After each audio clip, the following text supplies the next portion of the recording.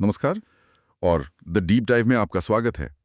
आज हम बात करने वाले हैं रामायण की एक शायद सबसे जानी पहचानी घटनाओं में से एक पर, सीता स्वयंवर। सीता स्वयंवर और शिव धनुष का टूटना। बिल्कुल। लेकिन हमारे पास जो स्रोत हैं वो सिर्फ इस कहानी को दोहराते नहीं हैं। वो हमें इसके पीछे छिपे अर्थों को समझने का एक तरह से न्योता देते हैं। तो आज का हमारा मकसद इस कहानी को सिर्फ एक पौराणिक घटना की तरह देखना नहीं है, नहीं, बल्कि इसकी परतों को खोलकर ये समझना है कि शक्ति, धर्म, अहंकार और मर्यादा के बारे में ये हमें क्या सिखाती है। तो चलिए इस कहानी के अंदर उतरते हैं। और ये समझना बहुत जरूरी है क्योंकि ये घटना ये सिर्फ एक विवाह की कहानी नहीं है। अच्छा। ये असल में श्री राम के चरित्र की सार्वजनिक रूप से पहली बड़ी स्थापना है। यहीं से दुनिया को पता चलता है कि अयोध्या का ये राजकुमार कोई साधारण व्यक्ति नहीं है। ये आने वाली हर बड़ी घटना का, आप कह सकती हैं, एक लॉन्च पैड है। तो कहानी शुरू होती है मिथिला में, राजा जनक के दरबार में। स्रोत उन्हें एक बहुत ही दिलचस्प नाम से बुलाते हैं, विदेह। हाँ, विदेह। इसका मतलब है जो देह या शरीर की चेतना से परे हो। ये किसी आम राजा के लिए इस्तेमाल होने वाला शब्द तो नहीं है। बिल्कुल नहीं। ये उनके आध्यात्मिक स्तर को दिखाता है। वो एक राजा होते हुए भी एक ऋषि की तरह थे। और उनकी पुत्री सीता भी उतनी ही असाधारण है। उन्हें भूमिजा कहा गया है, धरती की पुत्री। उनका जन्म भी किसी गर्भ से नहीं बल्कि धरती से हुआ था। तो यहाँ पिता विदेह है और पुत्री भूमिजा। मतलब दोनों का संबंध इस भौतिक संसार से है भी और नहीं भी। ये तो शुरुआत ही बहुत गहरी है। मतलब ये कोई आम राज परिवार नहीं है ना? बिल्कुल। और इसीलिए जब ऐसी दिव्य कन्या के विवाह की बात आई तो शर्त भी उतनी ही दिव्य रखी गई। हाँ, राजा जनक ने घोषणा की कि जो भी भगवान शिव के दिव्य धनुष पिनाक पर प्रत्यंचा चढ़ा देगा, यानी उसकी डोरी खींचकर उसे झुका देगा, हाँ, वही सीता का पति बनने योग्य होगा। तो एक सवाल मेरे मन में हमेशा आता है कि धनुष ही क्यों? मतलब कोई और परीक्षा भी तो हो सकती थी, कोई शास्त्रार्थ या कोई और युद्ध कौशल का प्रदर्शन। ऐसा कुछ क्यों नहीं? ये बहुत अच्छा सवाल है और इसका जवाब पिनाक के इतिहास में छिपा है। ये कोई साधारण हथियार नहीं था। ये भगवान शिव का धनुष था जो संहार और सृजन दोनों की शक्ति का प्रतीक है। अच्छा। इसे संभालना मतलब ब्रह्मांड की एक बड़ी जिम्मेदारी को संभालने की क्षमता रखना। जनक जानते थे कि इसे उठाने के लिए सिर्फ शारीरिक बल नाकाफी होगा। इसे उठाने के लिए एक खास तरह की ऊर्जा और आध्यात्मिक पवित्रता की जरूरत थी। ये एक तरह का फिल्टर था। वाह, मतलब ये स्वयंवर उस युग का सबसे बड़ा कैरेक्टर टेस्ट था। ये सिर्फ एक मैच मेकिंग इवेंट नहीं था, बल्कि एक तरह का साइकोमेट्रिक असेसमेंट था। बिल्कुल। जहां पिनाक वो टूल था जो सिर्फ बाहुबल नहीं बल्कि उम्मीदवार के अहंकार, धैर्य और धर्म के प्रति निष्ठा को माप रहा था। आपने बिल्कुल सही शब्द इस्तेमाल किया, कैरेक्टर टेस्ट, क्योंकि इसके बाद जो हुआ उसने ये साबित कर दिया। हाँ, यहां से कहानी में असल ड्रामा शुरू होता है। जनक के दरबार में देश विदेश से बड़े बड़े योद्धा और राजा इकट्ठे हुए। जरा उस माहौल की कल्पना कीजिए। हर कोई अपनी शक्ति, अपनी प्रतिष्ठा, अपने अहंकार के नशे में चूर। हर किसी को लग रहा था कि ये धनुष तो मैं ही उठाऊंगा। बिल्कुल।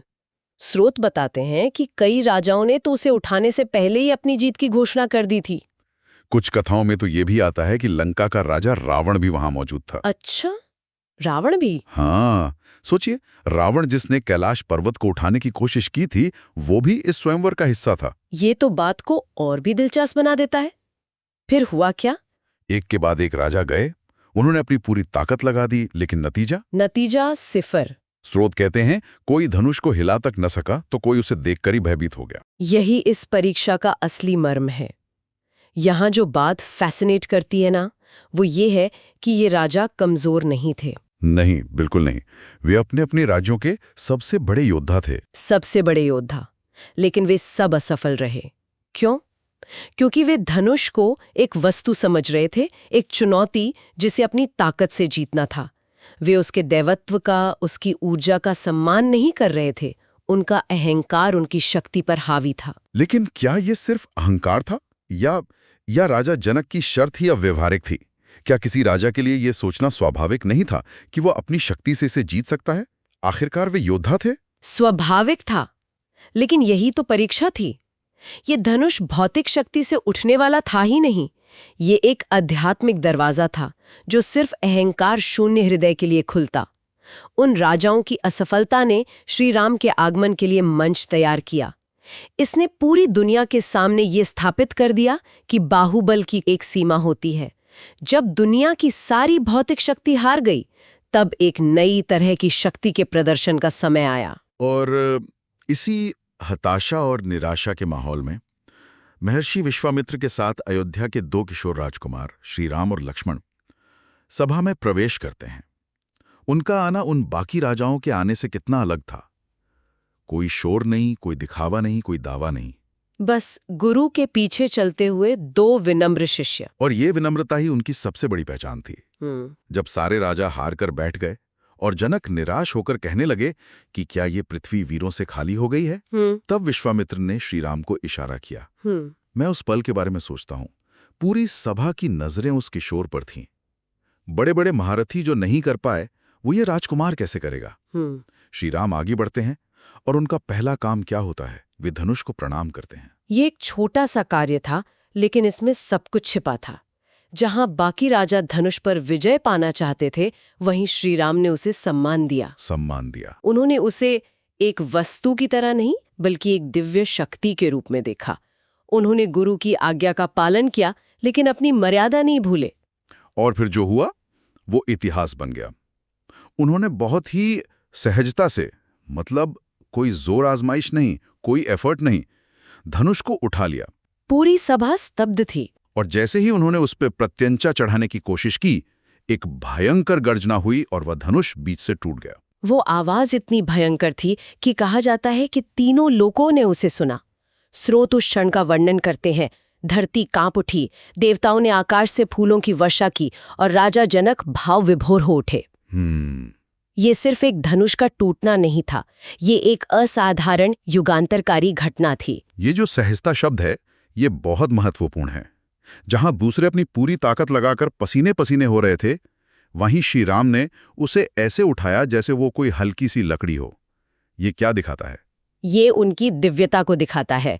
ये दिखाता है कि उनका बल शारीरिक नहीं, बल्कि आध्यात्मिक था। अच्छा। उनका अहंकार शून्य मन उन्हें उस दिव्य ऊर्जा के साथ एक होने दे रहा था।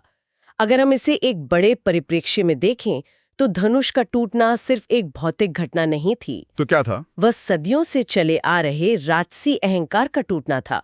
वह इस बात का ऐलान था कि अब दुनिया में शासन करने का पैमाना बदल गया है। अब धर्म और मर्यादा शक्ति से ऊपर होंगे। ये बहुत शक्तिशाली प्रतीक है, अहंकार का टूटना। जैसे ही धनुष टूटा, शर्त पूरी हो गई और राजा जनक को वो वर मिल गया जिसकी उन्हें तलाश थी। एक ऐसा युद्ध था जिसमें शक्ति तो थी, लेकिन उसका प्रदर्शन नहीं था, जिसमें पराक्रम था, लेकिन साथ ही करुणा और मर्यादा भी थी। बिल्कुल। और इसके तुरंत बाद माता सीता श्री राम को वरमाला पहनाती हैं। ये दृश्य बहुत खास है। स्रोत इसे बहुत खूबसूरती से कहते हैं। ये केवल 2 व्यक्तियों का विवाह नहीं था, ये धर्म और मर्यादा का मिलन था, शक्ति और सौम्यता का संगम था। ये बात सोचने वाली है, क्योंकि सीता, जो स्वयं प्रकृति और स्थिरता का प्रतीक हैं, उनका विवाह श्री राम से हो रहा है, जो धर्म और मर्यादा के प्रतीक हैं। ये एक तरह से ब्रह्मांड के संतुलन को स्थापित करने जैसा था। एकदम सही। ये एक दिव्य योजना का हिस्सा था। सीता की दिव्यता को संभालने के लिए श्री राम जैसे मर्यादित और धर्मपरायण व्यक्तित्व की ही आवश्यकता थी। कोई अहंकारी राजा उस दिव्यता का भार नहीं उठा सकता था। तो अगर हम इस पूरी कहानी से मिले संदेशों को समझने की कोशिश करें, तो सबसे बड़ी सीख क्या निकल कर आती है? ये कहानी आज के समय में हमें क्या सिखाती है? मुझे लगता है 3 मुख्य संदेश हैं जो आज भी उतने ही प्रासंगिक हैं। पहला और सबसे स्पष्ट ये है कि सच्चा पराक्रम अहंकार में नहीं, विनम्रता में छिपा होता है। श्री राम की विनम्रता उनकी कमजोरी नहीं, उनकी सबसे बड़ी शक्ति थी। उन्होंने कोई बड़ा दावा नहीं किया, बस चुपचाप अपना काम किया और सफल हुए। आज की दुनिया में जहां हर कोई आत्म प्रचार में लगा है, ये एक बहुत बड़ा सबक है।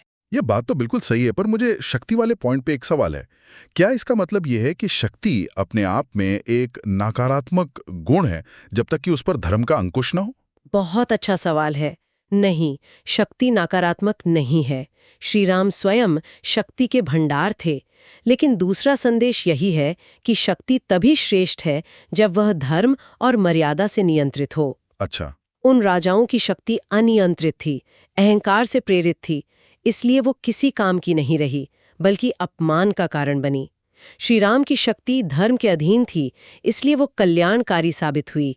शक्ति एक नदी की तरह है, अगर किनारों यानी मर्यादा के बीच बहे तो जीवन देती है, और अगर किनारे तोड़ दे तो विनाश लाती है। बिल्कुल, शक्ति एक नदी की तरह है। ये बहुत अच्छी उपमा है। और तीसरा संदेश जो शायद इन दोनों को एक साथ जोड़ता है। तीसरा संदेश योग्यता की परिभाषा से जुड़ा है। योग्य कौन है? क्या वो जिसके पास सबसे ज्यादा बल है, या वो जिसके पास सबसे ज्यादा धन या पद है? नहीं। ये कहानी बताती है कि नहीं, योग्य वही है जो मर्यादा का पालन करे। श्री राम को पुरुषोत्तम यानी पुरुषों में उत्तम क्यों कहा जाता है? क्योंकि उन्होंने हर परिस्थिति में मर्यादा का पालन किया।